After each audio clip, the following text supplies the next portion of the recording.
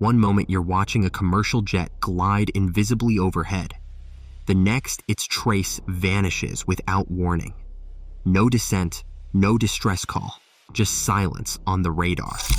For aviation, this isn't just a mystery. It's the chilling evidence that became central to the disappearance of MH17.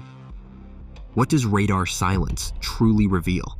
And why does that sudden gap change everything? Every commercial flight in the sky is tracked by a network of radar systems, each with its own strengths and limits. At the heart of this system are two main types: primary and secondary radar. Primary radar works by sending out a burst of radio energy and listening for echoes that bounce back from any object in its path.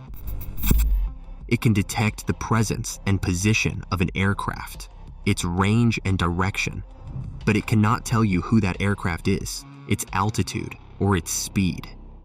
It is a simple echo, nothing more. Secondary radar, on the other hand, relies on cooperation from the aircraft.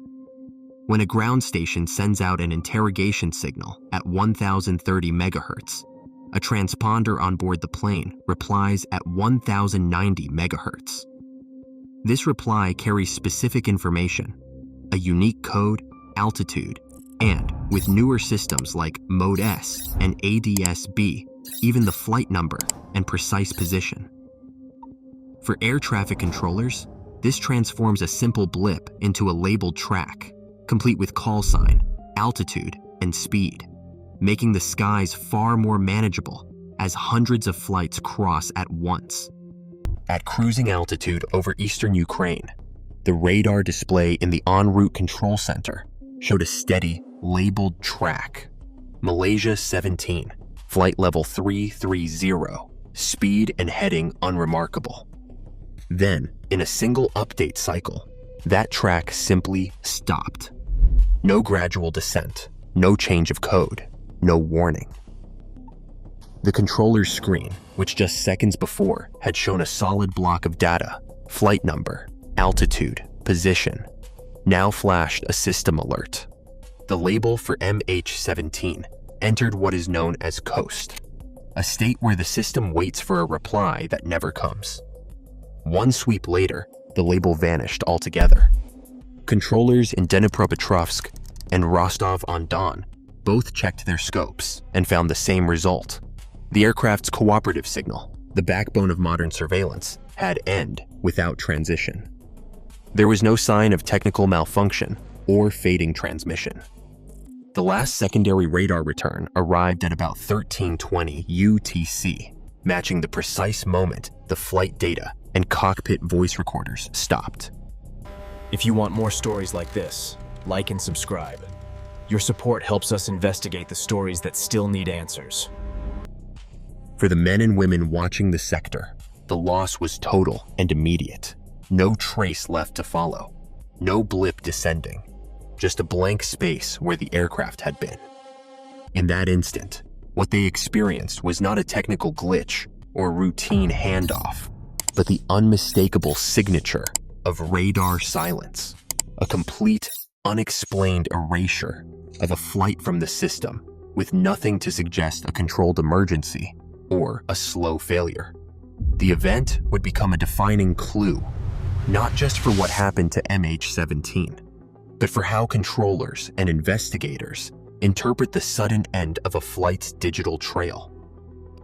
Events in aviation can unfold faster than any human can react. When a catastrophic failure strikes at cruise altitude, the timeline for response shrinks to fractions of a second.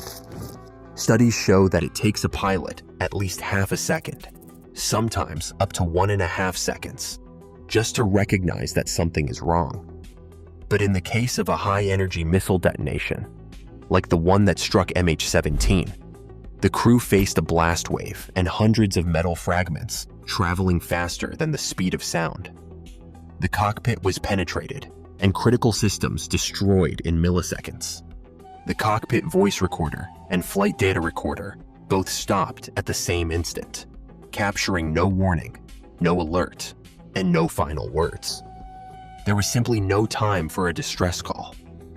The physical reality of such a sudden event means that human reaction is outpaced by the destruction itself. The absence of a radio call is not a mystery. It is a direct result of the event's speed and violence, leaving only silence where a call for help might otherwise have been expected.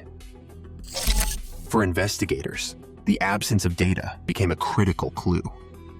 The Dutch-led Joint Investigation Team brought together radar specialists, forensic analysts, and accident reconstruction experts to study what the missing signals revealed. They began by synchronizing all available records, flight data, cockpit voice logs, radar plots, and ATC transcripts to the second. The fact that every stream of information, from Mode S transponder returns to the flight recorders, stopped at precisely the same moment told a story no gradual failure could. There was no evidence of a lingering descent, no partial transmission, no sign of a technical struggle. Instead, the data defined a sharp boundary, a normal flight, then nothing. This sudden, synchronized blackout ruled out scenarios like fuel exhaustion or controlled emergency descent. It supported only one model: an instantaneous, catastrophic breakup. The lack of lingering signals became the timestamp for the missile strike and the foundation for forensic modeling. In the years that followed, this approach shaped new global safety protocols. ICAO's Global Aeronautical Distress and Safety System, adopted after MH17, now requires more frequent position updates and automated distress tracking, so that silence itself can trigger a faster search. In cases like MH17, the gap in the data is not just a void, it is technical evidence, as conclusive as any physical trace. Even now, a vanished signal means seconds count and answers matter. In global skies, radar silence is never just absence, it's evidence. Every flight today depends on what that silence reveals. Modern air traffic displays are dominated by these cooperative signals. The data blocks and labels controllers trust most come from the aircraft's own transponder replies. Without that cooperation, the system reverts to basic detection, if it can see anything at all. As one ICAO radar specialist puts it, primary radar can tell you something is out there. Secondary radar tells you exactly what and where. This reliance on transponder signals is both a strength and a vulnerability, as the next demonstration will show.